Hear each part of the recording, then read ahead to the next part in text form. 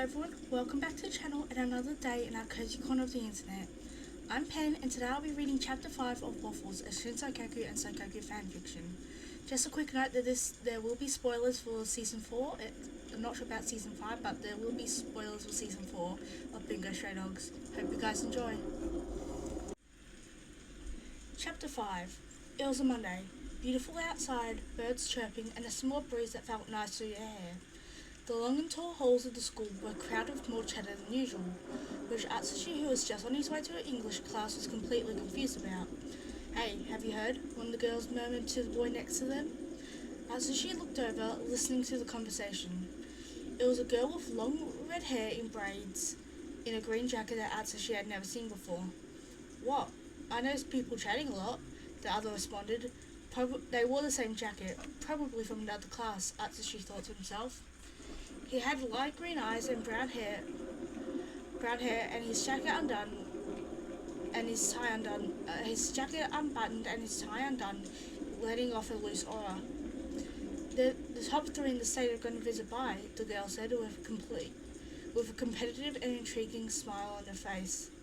The Cave Angels?" the boy said disbelievingly. Nikolai visits annually, but this time all three of them are coming by." "Why?"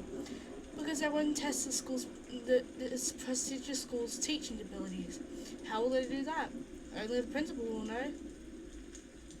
Atsushi stared at the two for a moment, but he began walking in a hurry to class as the words stuck in his head. He couldn't help but be curious.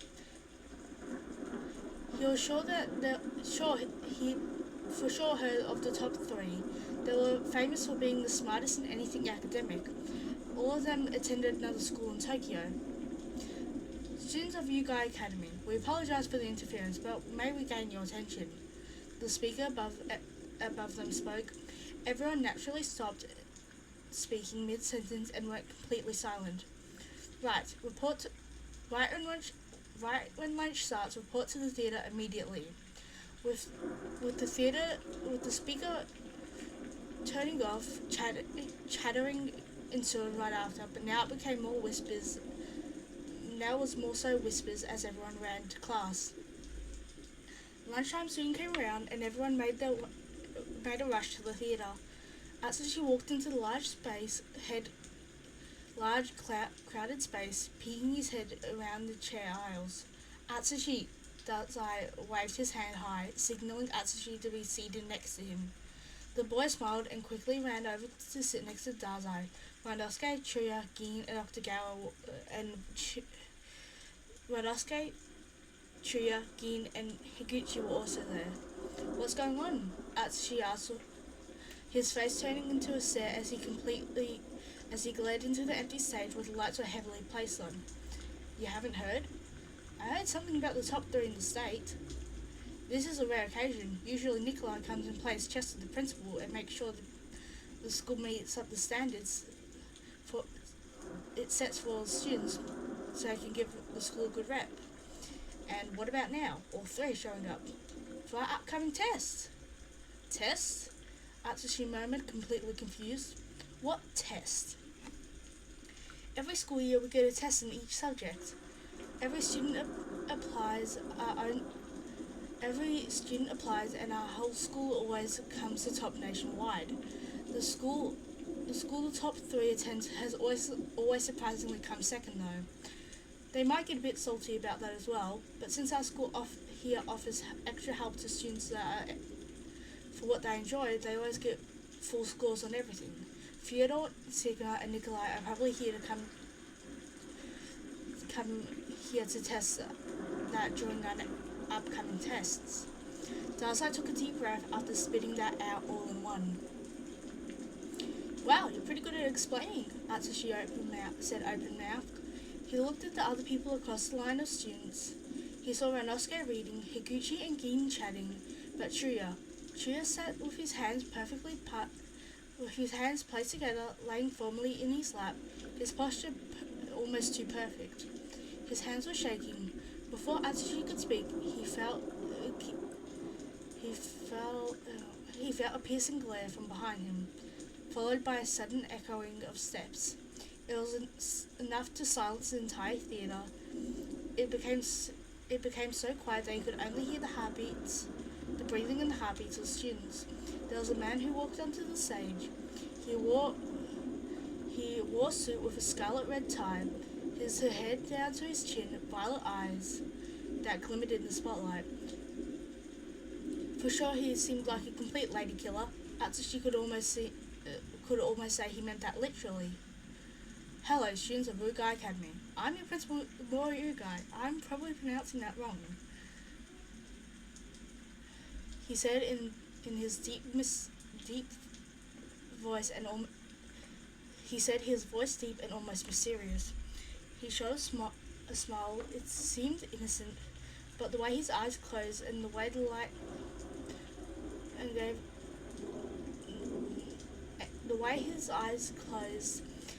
gave a light wave with his light-hearted smile. But if you weren't a fool, you'd notice that the deceiving and threatening curl of his lips and how his eyebrows were knitted together so nicely as if it was one of those doll nothing, like it was a doll, nothing but fake. He stopped once he made his way up to the pedestal and had Micah enough to reach him. Most of you probably know why you're here. There was a small silence before he continued. The Decay of Angels paying us a visit for the upcoming test we take every year. You could see the clear annoyance in his voice. When, may you ask? This time the silence lasted. He almost grit his teeth in frustration. Tomorrow.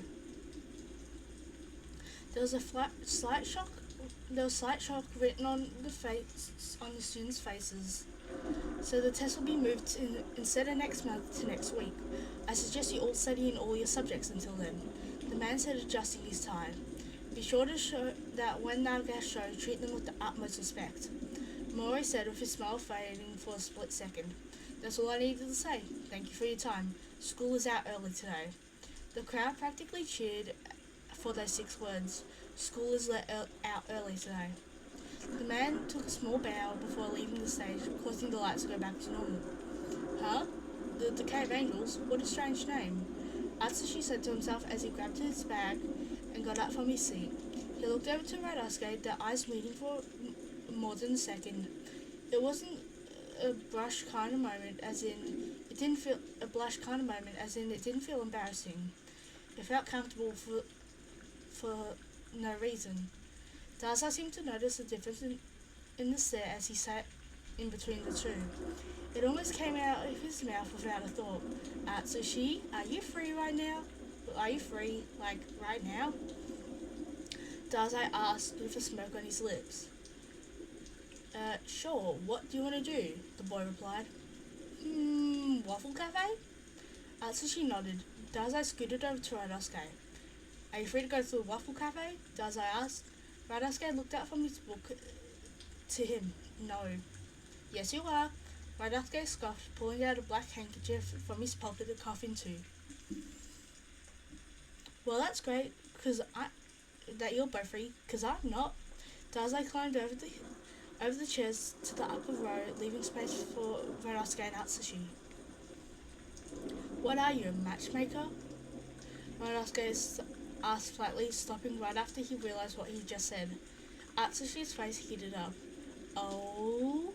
Dazai glanced at Radasuke and Atsushi. It's not like that. Atsushi waved his hands in the air, hoping to get rid of the thoughts running through Dazai's head, which were unpleasant for him to know.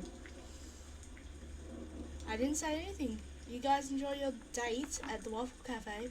I'm going to kidnap Chuya and watch Miraculous Ladybug with him.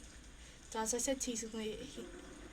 He literally grabbed Chuya and began dragging him away, who surprisingly didn't struggle at all. Wait! Atsushi called out, his face sinking in the misconception. He looked over to Radasuke. Waffles doesn't sound that bad right now, Atsushi thought to himself. Wanna go? Atsushi asked, looking over to Ryunosuke with a light smile. Ryunosuke just stared at him. I mean, not like a date, Atsushi quickly said. Ryunosuke nodded. Atsushi's grew a bright smile. They made their way down the hall. Luckily, Atsushi had his wallet on him. Maybe he could pay for the entire meal instead of splitting. Weird idea. Miraculous ladybug, Atsushi said suddenly, breaking the silence. That's highly specific. Trio loves that series, Ryunosuke said, looking up to the sky as they made their way to the train station, letting out a cough into his handkerchief. What's your favourite movie? Atsushi asked, glazing over to Ryunosuke. Lately his expression seemed less tense. It was nice to see this new side of him. I want to eat your pancreas, Ryunosuke said. He, for some reason, seemed a bit embarrassed by it. Oh, I've heard of it, but I never watched it, Atsushi said. He tried to gather what he'd heard about it. Kyoka had seen it. He remembered it very vividly how that was the first time she got overly dramatic about anything. It was really surprising. Really, she was talking about it a lot. You should introduce me to it sometime, Atsushi said. Ryunosuke nodded in agreement. They arrived at the Waffle Cafe soon enough. It was around 2 p.m. and they were seated inside. So much decoration, Atsushi said, looking around at all the pastel pink and cute fluffy stuffed animals displayed around the table. The table had a black and white checkered pattern with the menus displaying cute characters on them along with a large selection of waffles. Ooh, I want the chocolate ones. So many toppings, whipped cream, Pocky, tea-flavoured Kit Kats. I remember when I was visiting America a couple of years ago, they were talking about how rare it is to have the weird flavoured Kit Kats there. Atsushi said. He acted like an excited little child, his feet kicking up and down in happiness. Ryunosuke couldn't really understand why the other was so happy, but for some reason it made him happy as well. He even displayed a small smile, which Atsushi never caught. I'm going to get the chocolate as well, Ryunosuke said. Ooh, you should try it with chocolate syrup and sugar on top. Atsushi pointed to the toppings on the menu. That's a lot of sweets.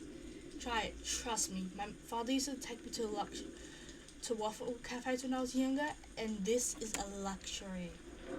Okay. The waitress came up soon after they both ordered. Oh, and one vanilla milkshake. No cherry, please. Atsushi added on at the end. Once the waitress had finished writing it down, they ran off to the kitchen to prepare. A milkshake? There's plenty of sweets. Are you sure you're not going to get sick? Ryunosuke stared at Atsushi, almost showing worry.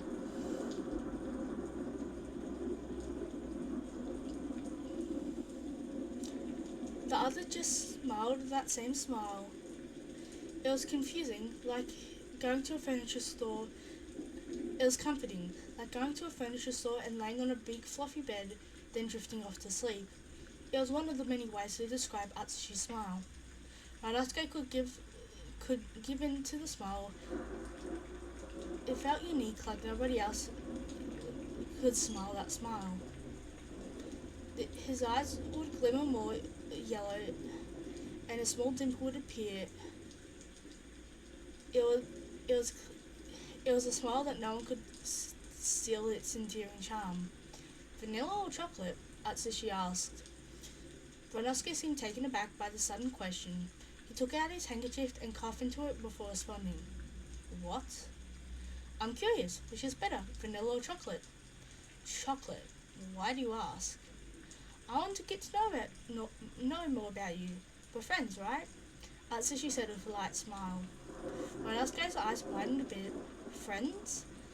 The word echoed a bit in Ryunosuke's head. It scared him. What does being a friend mean to you? Ryunosuke asked. Sharing laughter together, seeking advice on life. watching movies together, eating waffles at a waffle cafe. Atsushi giggled. And most importantly, trust. Ryunosuke froze. Trust. Ryunosuke repeated slowly. Of course, trusting one another to be there for each other, and knowing that each other will be there to help you when you fall down and give you light in the darkness. Atsushi's eyes sparkled.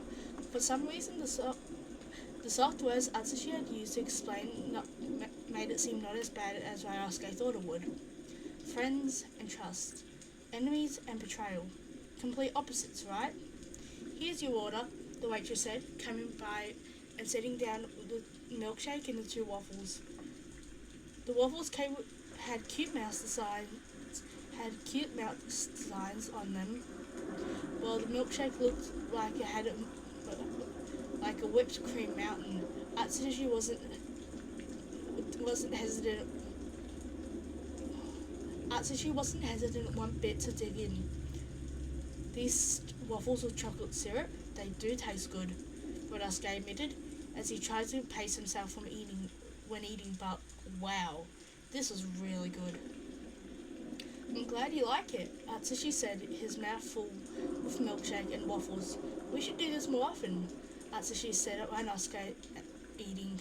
You look like a chipmunk, Atsushi said, laughing a bit to himself. Ryunosuke's cheeks were a bit puffy with the waffle in his mouth. He scoffed in return, but Atsushi didn't mind. Keep one eye open when you're sleeping tonight, Ryunosuke said carefully, concealing his anger. Yet, he wasn't too angry. He wasn't really angry at all. In fact, he was having fun too. Scary, Atsushi teased, taking another big bite into his waffle. I don't know why Daza didn't join us. It's painfully obvious. Ryunosuke trailed off, trying to find his wording. Trying to get us on a date, Ryunosuke finished without much of a pause. He tried his best to continue eating normally, while the other tried to hide the blush. If someone ever tried to get you and your friend together, you usually wouldn't blush and try to keep the situation clear, but if someone ever tried to get you and your friend together, you usually wouldn't blush and try to keep the situation clear to the other. But this was how it ended up for the two of them. Want to try some of my milkshake? Atsushi asked, breaking the ice. Whenever he did break the silence, it didn't feel so forced. It was a more so gentle feeling of tapping on the ice. Weird way of explaining it, huh? That's how Ryunosuke would describe it, though. Sure, Ryunosuke answered absent-mindedly, coughing into his handkerchief. It took him a moment to realize the weight of their words. Atsushi decided not to think much of it. He moved the milkshake over to Ryunosuke, who stared at it for a moment. In moments like these, he could feel it felt like Darzai was right behind him. His face squished up against the window as he drooled over how well his plan worked. Ryunosuke lifted his bangs back with a slight hesitancy, but eventually leaned in and took a sip from the straw, his teeth biting into the rainbow straw for a moment. Wait, I've seen this in TV shows. This is an indirect kiss. Atsushi was shocked for a moment about how cliche it was. But at that moment, he wasn't focused on the thought of an indirect kiss. He wasn't focused on the thought of an indirect kiss. It was more what Atsushi said at how his tongue wrapped around it, how he swallowed it. Atsushi stammered, pulling the milkshake away in an instant. Ryunosuke stared at him with what the fuck eyes. Sorry, he just drank too much. Atsushi came to the conclusion with full determination. His face was also completely red. You could have just told me, Ryunosuke said, rubbing his lower lip, which the straw had scraped against, then coughing again into his handkerchief. I'm sorry, Atsushi murmured. Monosuke just let out a sigh. And that was it. There was some chit chat about there was some chat about the holdback for the trains would be arriving. There was some chat about how the trains would be arriving, but they didn't talk the rest of the way. Atsushi, the one who would usually strike up a conversation, was silent. Atsushi was a complete red mess, cursing himself for what he thought about what he thought. This was most likely Kyoka, who was into yaoi, especially when they were younger, specifically with their other friend Q. They watched it a lot, and by a lot, I mean a lot. One day it was Given, next day it was Yuri on Ice, and the ones with more with the more questionable ones, she would always go into excruciating detail. Luckily, he dozed off most of the time. Thank Atsushi's purity is still here. But one day it was some weird straw scene. Atsushi's face heated up once again. Where did I stop? Ranosuke said. Atsushi sat down in his thoughts as he saw Ranosuke standing next to his seat with the sliding door in the train wide open. Atsushi quickly got it out before they closed. Atsushi fumbled around, finding his pass card. After making their way downstairs, they found the familiar face of a Yugai Academy student uniform, in red, their coat in red. They seemed lost. It was when the boys finally noticed him, his face became cheerful again. He quickly made his way towards Atsushi and Ranosuke. "Hey," he said simply. His the smug smile and closed eyes seemed familiar. "Who are you?" Atsushi asked.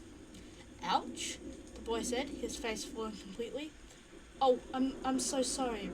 That's Rumpo Egawa, the smartest kid in Yugai Academy," Ranosuke said. "He scores high on anything that involves critical thinking." "Wow. I was also the one that solved the mystery about the dolls and one being poisoned," Ranosuke said, Rumpo said with a sigh in his voice, a sigh of sadness. "Oh, right, thanks for that. Now, you know how you owe me Pocky." Rumpo edged closer to Atsushi. "Yeah?" "You also owe me a guide home," Rumpo simply said. "It's only a 10-minute walk from here. I don't know the way back." I was waiting for Po, but he got busy because Herman Sensei called him in studying late. Rumpo scratched the back of his head. "And I want strawberry Pocky." Okay." They made their way down towards the train station's small convenience store and bought some Pocky for Rumpo, who was way too happy for some sweets. He was like a little child about it, a small child about it, shoving a few in his mouth right after getting them. "Yum. So, what were you two doing at the train station?" Rumpo asked. "We were just visiting the Waffle cafe nearby," Atsushi replied. In the distance was the school, and around it was mostly a forest with small cafes. "Oh, a date then?" No. Why does everyone think it's a date?" Atsushi murmured. "It's a pretty popular date spot," Rumpo said, shaking his head in amusement. "Po took me there once." He smirked, shoveling more Pocky into his mouth. "Are you sure talk about him a lot?" Ranosuke said flatly, coughing into his hand. "Are you two dating?" Atsushi asked. He heard of Po being an amazing writer in the school, and Rumpo being an amazing mystery solver. He wouldn't be surprised. The two seemed meant for each other. No, he's not into me like that," Rumpo said with a grin, gaining a disbelieving stare from Atsushi. All of them made their way throughout the hallways until Rumpo was able to find his way back. Well, me and Ryunosuke lived this way. It was fun talking to you, Atsushi said with a light smile as he waved at Rumpo. The boy leaned closer into Atsushi's ear as he stood on his tippy toes. You know, Octogal's never been this relaxed around anyone, Rumpo whispered. Such a sentence rang into Atsushi's ear and Rumpo took his leave. Goodbye, Rumpo sang, giving Atsushi gave a small wave before walking back with Ryunosuke. Is Rumpo really that smart? Atsushi muttered. He runs a tutoring club if you want to join. If he does live up to the rumours, I can imagine him being either really good or terrifying. Trio was dragged into the club and once dragged into the club and came out unable to speak for a couple of days. Ryunosuke smiled a bit at his words. Scary. The two of them walked the rest of the way to the dorms. Upon opening the door, they saw Dazai and Trio playing Twister, but they didn't realise that at first. It was literally them walking in and seeing them in a contorted and a weird angle on top of each other, while Trio whimpered in pain. Atsushi stared at the two. Oh, hello, Atsushi, Dazai said. I'd wave, but I'm kind of busy right now. This is normal, Ryunosuke said with a sigh, making his way past the two after taking his shoes off to go upstairs. Atsushi began walking, trying not to mind the fact that they were in a weird position. Do you want to study with us after this round? Dazai asked with a light-hearted smile. Trio gave a cold glare, which Atsushi didn't notice. Sure, Atsushi replied. Should I invite Octogawa? He'll probably say no. He doesn't even really care about tests. Atsushi shrugged. Dazai shrugged. Well, go ahead. Atsushi nodded. There was true Ryunosuke would probably say no. He was kind of a loner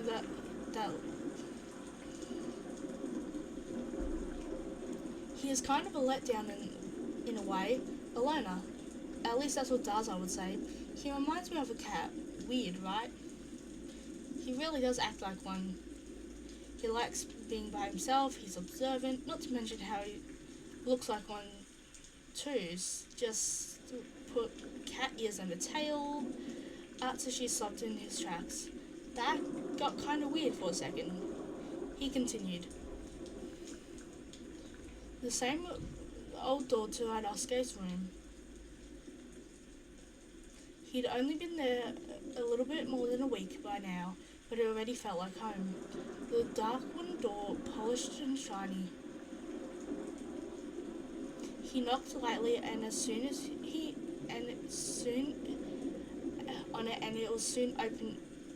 soon when the door opened.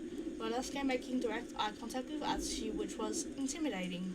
But for some reason, it didn't really scare Atsushi in any way. Do you want to study with me, Dazai and Trio? Atsushi asked. Sure, Ryunosuke said, pulling out his handkerchief to cough into it.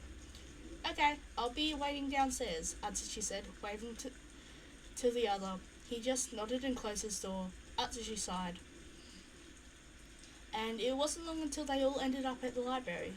Teehee. I may or may not have that restraining order from entering the library, Dazai said with a guilty smile, pretending to be innocent. Don't make Margaret-sensei notice. Let's make sure Margaret-sensei doesn't notice, Chia said, looking around the library. It was busy with people as expected. What drove kids to study before the Decay of Angels arrived? Pressure? The school itself had high standards. They'd hate to look down on the top three. Their IQ was possibly higher than anyone. Geniuses who they were going to have visiting. What subjects do we need? Ah, they said so on the cards. Oh, the cards. I forgot about them, Atsushi said. as he took Atsushi took them out of his pocket. They sounded like they were going to play a major role since they said before they could.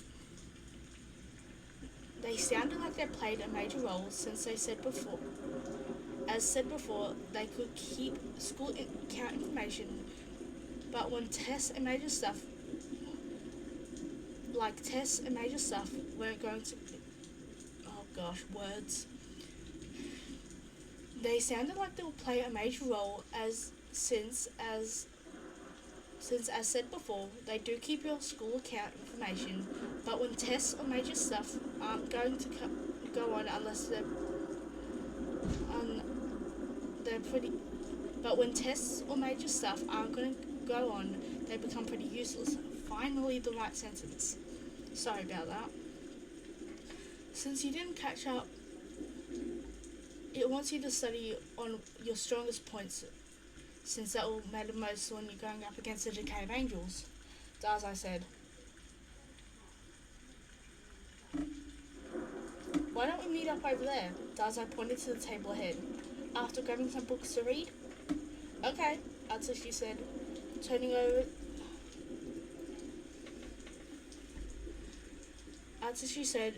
over to the area where he would find books of zoology. In fact, this library had been so big that it had a section of its own. He saw Chu go off with a camera. Well, I guess the best way to get better at photography is to take pictures, Atsushi thought to himself. Ryosuke went off far to the art section and Dazai, which was weird to see someone like him, went off to the psychology aisle. Psychology and Dazai do not fit well in the same sentence for some reason. Atsushi just shook his head. It wasn't the time for this. He subconsciously grabbed some books and made his way over to the table. He'd known so much about every subject. Every book. He had known so much that every book on the subject hadn't fascinated him. Only the stuff that the class taught in class surprised him. Instead, Ryosuke ended up drawing with a sketchbook and a mechanical pencil. He had to have with him at all times. Atsushi peeked over, maybe just a little. He seemed to be sketching out a bunny.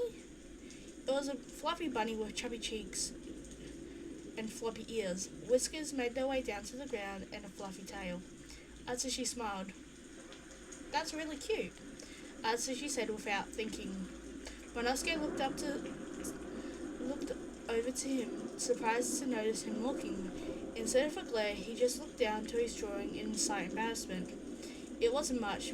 He would have muttered out a thanks, but, reputation or whatever. Atsushi went back to reading for a while. Every once in a while, he'd haze over at Ryosuke, just to keep his eyes away from the words for a moment. It felt like a breath of fresh air. His focused eyes drew out thin lines on the piece of paper. He put attention into every little line and detail. We should head back. It's almost 8 p.m. and the library is closing, Dazai said, getting up from his seat.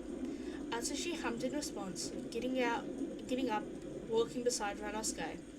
Studying is so boring, Chu complained, giving out a long yawn, to which caused a contagious yawn.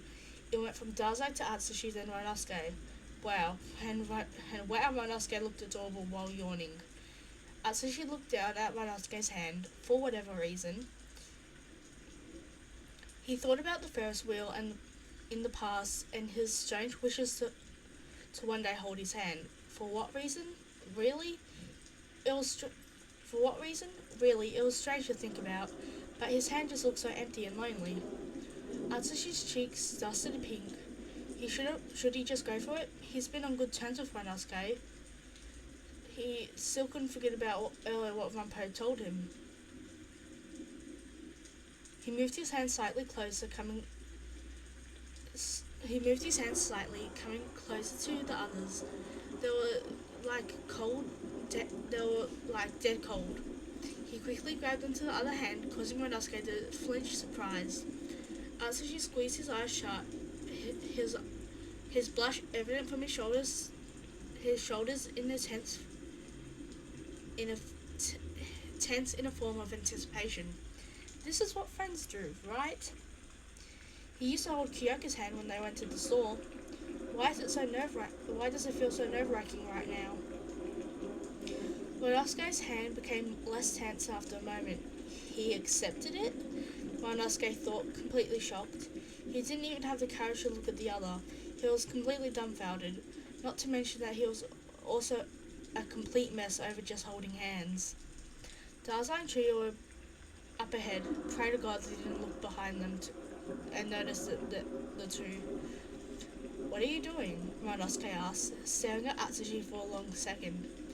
Atsushi's face broke in two. His heart shattered.